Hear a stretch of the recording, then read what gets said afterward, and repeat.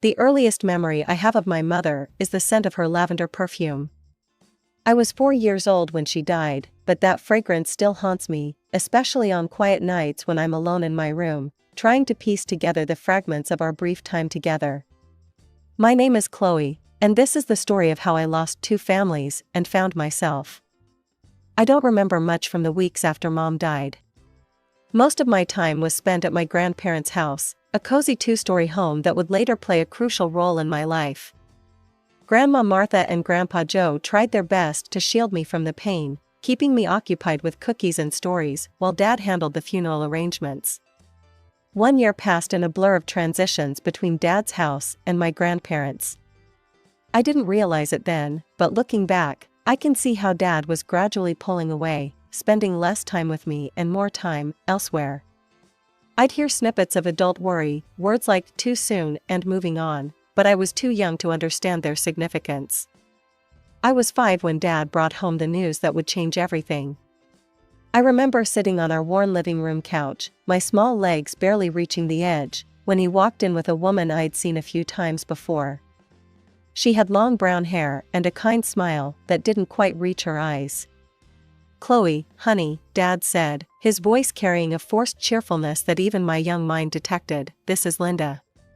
We got married last weekend, and she's going to be your new mom." I stared at Linda's stomach, which showed a noticeable bump under her flowered dress. Dad followed my gaze and added, "And you're going to have a baby sister soon. Isn't that exciting?" The word exciting hung in the air like a lead balloon. Linda stepped forward, her hands clasped in front of her. "I know this is a lot to take in, Chloe. But I promise we'll make it work." I remember nodding, not because I agreed, but because it seemed like the thing to do. I retreated to my room that night and pulled out the only photo I had of my mom showing her holding me as a baby, both of us laughing at something off camera. I touched her face gently, trying to remember the sound of her laugh. It was strange watching Dad transform into a different person. The man who used to spend weekends taking me to the park now spent his time painting the nursery and attending birthing classes with Linda. I tried not to mind, really, I did. After all, Linda wasn't unkind to me. She'd drive me to school in her blue Honda, ask about my day, and make sure I had everything I needed. But there was always something temporary about her attention, like she was babysitting rather than parenting. I'd catch her absent-mindedly rubbing her growing belly while I told her about my day at school, her eyes glazed with thoughts of her own baby. "Linda, can we get ice cream?" I asked one afternoon after school. "Not today, sweetie. I need to rest, the baby's been kicking all day," she replied, heading straight for the couch. It became a common response, "Not today, maybe later, another time." Then Emma arrived. I remember the day Dad brought them home from the hospital. He was carrying this tiny bundle wrapped in a pink blanket, his face glowing with a pride I'd never seen before, not even in the photos of him holding me as a baby. "Chloe, meet your baby sister, Emma," he announced, his voice soft with wonder. I stood on my tiptoes to peek at the red-faced infant. "Hi, Emma," I whispered, trying to sound like the responsible big sister I was supposed to be. That's when everything changed. Suddenly, there were new rules in the house, all revolving around Emma. "Chloe, please don't run in the house, Emma's sleeping." "Chloe, can you help fold these clothes while I feed Emma?" "Not so loud, honey. You'll upset your sister." I became a shadow in my own home, tiptoeing around, trying to make myself smaller, quieter, less noticeable. My responsibilities grew while my privileges shrank. I learned to clean bottles, fold tiny clothes, and tidy up toys that weren't mine.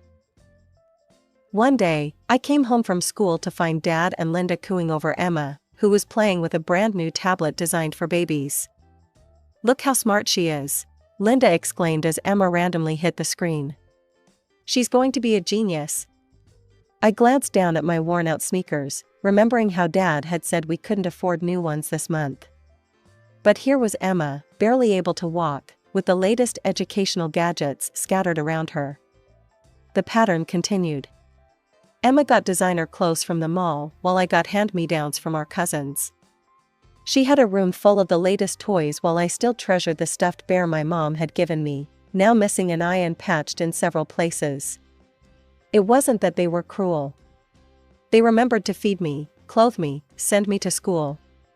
But it was always an afterthought, like checking off a box on a to-do list. The only time they seemed to really notice me was when Grandma and Grandpa visited. "Chloe needs new clothes," Grandma would point out, and suddenly Dad would remember to take me shopping. "Don't you think Chloe might like that new book series all the kids are reading?" Grandpa would suggest, and magically, the books would appear. I tried to be understanding. I really did. I kept my room clean, did my homework without being asked, and helped with Emma whenever they needed me. I thought if I was good enough, quiet enough, helpful enough, they'd remember I was their daughter too. When Emma started walking and talking, I thought things would get better. I imagined us becoming best friends, sharing secrets, and playing together like the sisters I saw on TV. I even decorated half of my room with welcome signs the day she was old enough to string full sentences together. "Want to play dolls with me, Emma?" I asked hopefully one afternoon. She looked at me with those calculating eyes that seemed too old for her 4-year-old face. "No, I want your dollhouse." "But that's mine. Grandma gave it to me for Christmas," I protested. Emma's response was to march straight to Dad and Linda, her face scrunching up in that familiar way that meant trouble for me. "Daddy, Chloe won't share her toys with me," she wailed, tears appearing on command. "Chloe," Dad's voice boomed from the kitchen. "Stop being selfish and let your sister play with your toys." That was just the beginning. Soon, Emma figured out she could take anything of mine she wanted. My art supplies, my books, even my clothes, nothing was off limits. When I tried to get them back, it always ended the same way. "Mom, Chloe's being mean again." "John, tell your daughter to stop bothering Emma." But the toy snatching was just the warm-up. Emma developed a talent for setting traps that would get me in trouble. Like the time she deliberately spilled juice on her new dress and told our parents I'd pushed her. Or when she broke her tablet and claimed I'd done it out of jealousy. Each time, I'd try to defend myself. "That's not what happened. She's lying." And each time, Dad would shake his head disapprovingly. "Stop trying to get attention, Chloe. Go to your room." My only refuge was at my grandparents' house. They saw through Emma's act and weren't afraid to say so. "John," Grandpa would say to Dad during Sunday dinners, his voice firm but tired, "you need to treat your daughters equally." "We do treat them equally," Linda would snap back. "But Chloe is just difficult. Always causing problems, always fighting with Emma. While Emma is such a sweet, well-behaved child." I'd sit there, pushing food around my plate, as Grandma's voice would rise. "Open your eyes. That sweet child of yours is manipulating everyone in this house. You're raising a little con artist, and you can't even see it." "Mother, please," Dad would try to intervene. "You're being unfair to Emma." "Unfair?" Grandpa would scoff. "What's unfair is watching you two spoil one child rotten while treating the other like she's invisible. That's what's unfair." But it was like talking to a wall. Dad and Linda had their narrative about their perfect younger daughter and their problematic older one, and nothing could shake it, not even the truth staring them in the face. Senior year should have been exciting, full of dreams about college and future plans. Instead, I found myself constantly worried about whether I'd even get to go. One night, as I was heading to the kitchen for a glass of water, I heard whispers that made me stop in my tracks. "John, it doesn't make sense." Linda's voice was hushed but intense. "The tuition money for Chloe, we could use it for Emma instead. Get her into that private high school she wants, and later, a better college." My heart stopped. They were talking about my college fund, the money Mom and Dad had started saving before I was even born. "I can't," Dad replied, his voice weak. "I promised Sarah. I promised her I'd make sure Chloe got an education. Sarah's been dead for 14 years. Linda's whisper turned sharp. "You can't let promises to a dead woman control our lives forever." Emma deserves the best education we can give her. There was a long pause before Dad spoke again. My parents would disinherit me if I did that. You know how they are about Chloe. My legs felt weak. So that was it. The only reason Dad was keeping his promise to Mom was fear of losing his inheritance. Not love for me, not respect for Mom's memory, just money. Fine, Linda spat.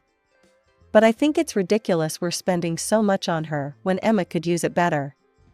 I slipped back to my room without the water, my throat too tight to swallow anyway. Graduation came and went. I got accepted to the local college's graphic design program, which meant I could live at home and save money. Grandma and Grandpa surprised me with a top-of-the-line laptop at my graduation party. "This is for all those A's you earned, sweetheart," Grandpa said, hugging me tight. "You'll need it for your design work."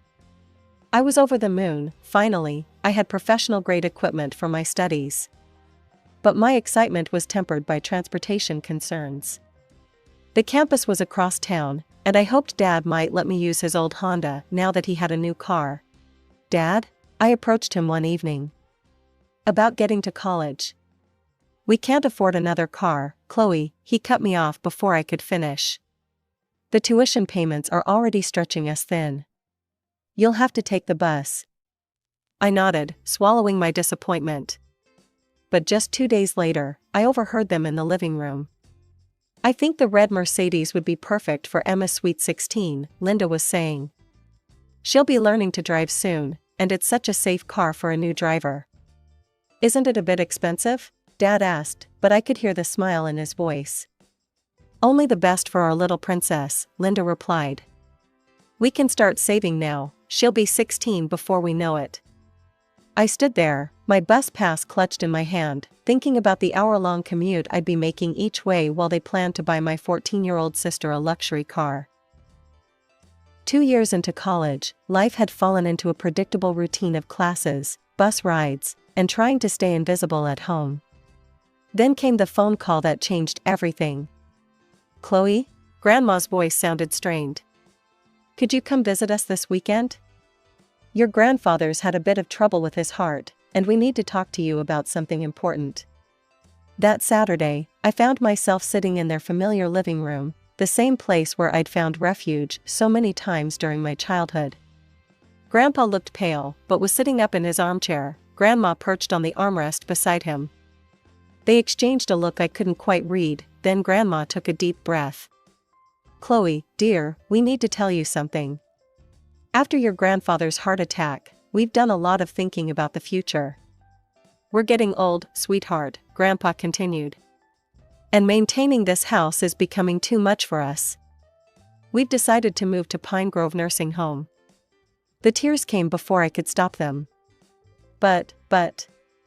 Now, Grandma moved to sit beside me, pulling me into a hug that smelled of her signature lavender perfume, so similar to Mom's. "We'll have excellent care there. And you can visit anytime you want." "I'll come every weekend," I promised through my tears.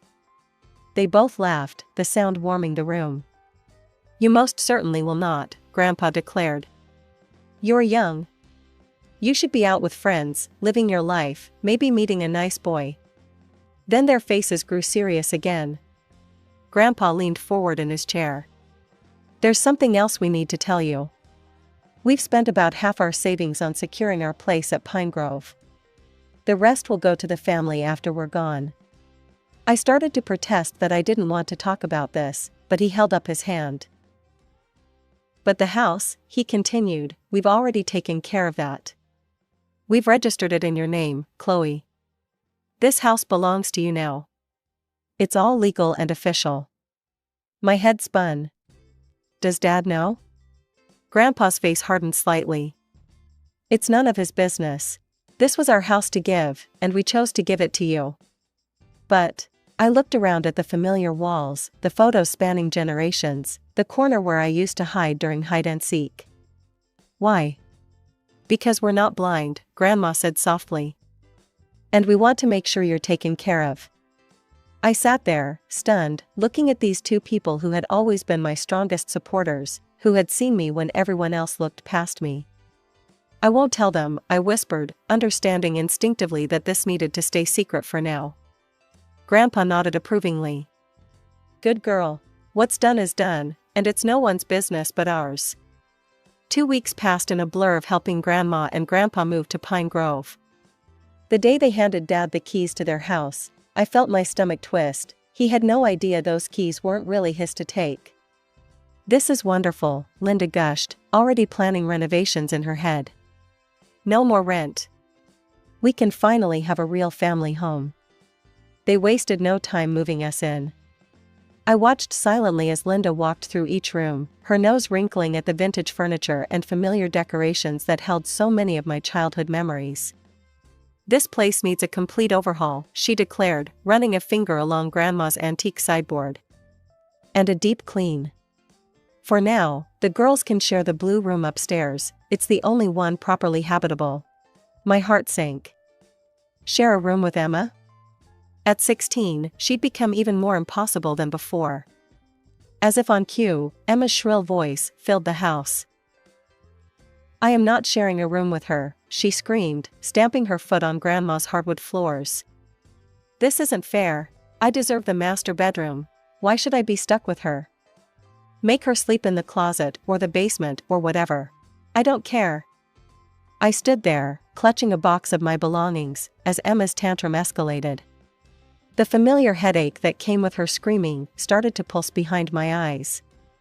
"I hate this. I hate this house. I hate having to share anything with her." I'd learned long ago that there was no point in arguing. Without a word, I carried my box upstairs to the blue room, the same room where I used to sleep during weekend visits with Grandma and Grandpa. I set my laptop on the old desk by the window, placed a few books beside it, and left for my afternoon classes. The whole bus ride to campus, I tried to focus on my upcoming design project, but Emma's words kept echoing in my head. She'd gotten worse over the years, if that was possible. More entitled, more cruel, more calculating. When I returned that evening, the house was quiet. Dad and Linda's voices drifted up from the kitchen, but there was no sign of Emma. I climbed the stairs to our shared room, my footsteps silent on the carpet runner Grandma had installed years ago. The moment I opened the door, my world stopped. My laptop, my beautiful graduation gift from Grandma and Grandpa, my lifeline for my design work, lay shattered on the floor. The screen was cracked beyond repair, the case bent and broken. Emma sat on her bed, a satisfied smirk playing on her lips as she watched my face crumple. "What did you do?" My voice came out as a whisper, then rose to a shout. "What did you do?" "Oops," she said, examining her perfectly manicured nails. "Accidents happen. But go ahead, try telling them. We both know who they'll believe." She leaned forward, her voice dropping to a whisper. "I did it on purpose, and there's nothing you can do about it." Something inside me snapped. All the years of being pushed aside, ignored, gaslight, it all came rushing up like a tidal wave. Before I knew what I was doing, I lunged at Emma, my vision blurred with tears of rage. "You spoiled, entitled little brat," I screamed, grabbing her shoulders. She shrieked, not her usual calculated cry for attention, but a genuine sound of surprise. We tumbled onto the floor, years of pent-up frustration finally exploding. "Help! She's crazy! Help!" Emma screamed, while I kept shouting about all the times she'd destroyed my things, lied about me, made my life miserable. Dad and Linda burst into the room, Dad pulling me off Emma, while Linda rushed to cradle her precious daughter. "Look!" I pointed at my shattered laptop, my voice breaking. "Look what she did. Grandma and Grandpa's graduation gift, she destroyed it on purpose." She admitted it. Emma's face transformed instantly, tears streaming down her cheeks as she clutched Linda. "It was an accident. I just bumped into the desk, I didn't mean to." And then she attacked me like a wild animal. "You evil, horrible girl," Linda shrieked at me, her face contorted with rage. "How dare you attack my daughter? John, I want her out of this house. Now. She's dangerous." I turned to Dad, desperately hoping he'd finally see through Emma's act. but his face was hard, closed off. "Pack your things," he said coldly. "And get out." The words hit me like physical blows. "Why?" I whispered, then found my voice. "Why do you always choose them? What happened to the dad who used to love me? Who promised Mom he'd take care of me?" His face reddened with anger. "Don't you dare bring your mother into this. You want to know the truth? You've been nothing but a burden since she died. A constant reminder of a past I wanted to forget. Linda and Emma are my real family now. You're just excess baggage we've been carrying around. You have 1 hour to leave my house." As he turned to leave, Emma's smug voice piped up. "I can finally have this room all to myself. I'm thinking pink walls, maybe a crystal chandelier." Linda joined in, already planning the renovation. "We'll get you new furniture, sweetheart. Make the space truly yours." Something shifted inside me at that moment. A lifetime of being pushed aside, of swallowing my words, of trying to be smaller, it all fell away. I stood up straighter, my voice clear and strong. "Actually, this isn't your house to renovate." They all turned to stare at me. "What are you talking about?" Linda snapped. With steady hands, I reached into my purse and pulled out the property documents Grandpa had given me. "This house belongs to me. Grandma and Grandpa transferred ownership to me before they moved to Pine Grove. If anyone's leaving, it's you three." The silence that followed was deafening. Dad snatched the papers from my hands, his face growing pale as he read. This can't be legal," Linda stuttered. "John, call your father right now." Dad's hands shook as he dialed Grandpa's number, putting it on speaker. "Dad, what is the meaning of this?" he demanded. Grandpa's voice was calm, almost amused. "I see Chloe's finally told you about the house. How could you do this to us?" Dad's voice cracked. "How could we do this?" Grandpa's voice turned hard. "How could you do what you've done to Chloe all these years? We watched you turn from a loving father into a spineless man who lets his wife and spoiled daughter walk all over him and abuse your firstborn child. Yes, we gave the house to Chloe. We knew this day would come, when you'd finally show your true colors." Dad started to respond with something angry, but Grandpa cut him off. "Choose your next words very carefully, son. One more disrespectful word, and you and your precious Emma lose your inheritance too. Your choice." I looked at the three shocked faces before me, my father, Linda, and Emma. They'd gone from righteous anger to stunned silence in the span of minutes. Now Linda was backpedaling fast. "Chloe, sweetie, we were just upset about the fight. We didn't really mean any of it.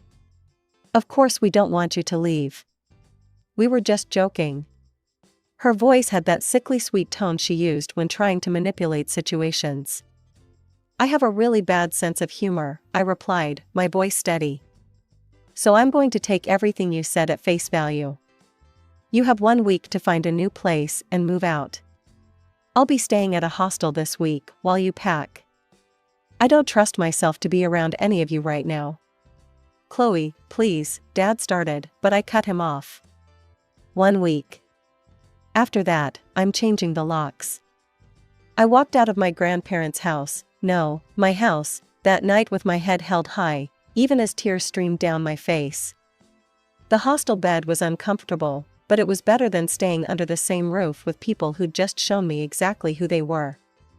True to my word, they were out within the week. On moving day, they made one last attempt at reconciliation. "We're so sorry," Dad said, standing in the doorway with the last box.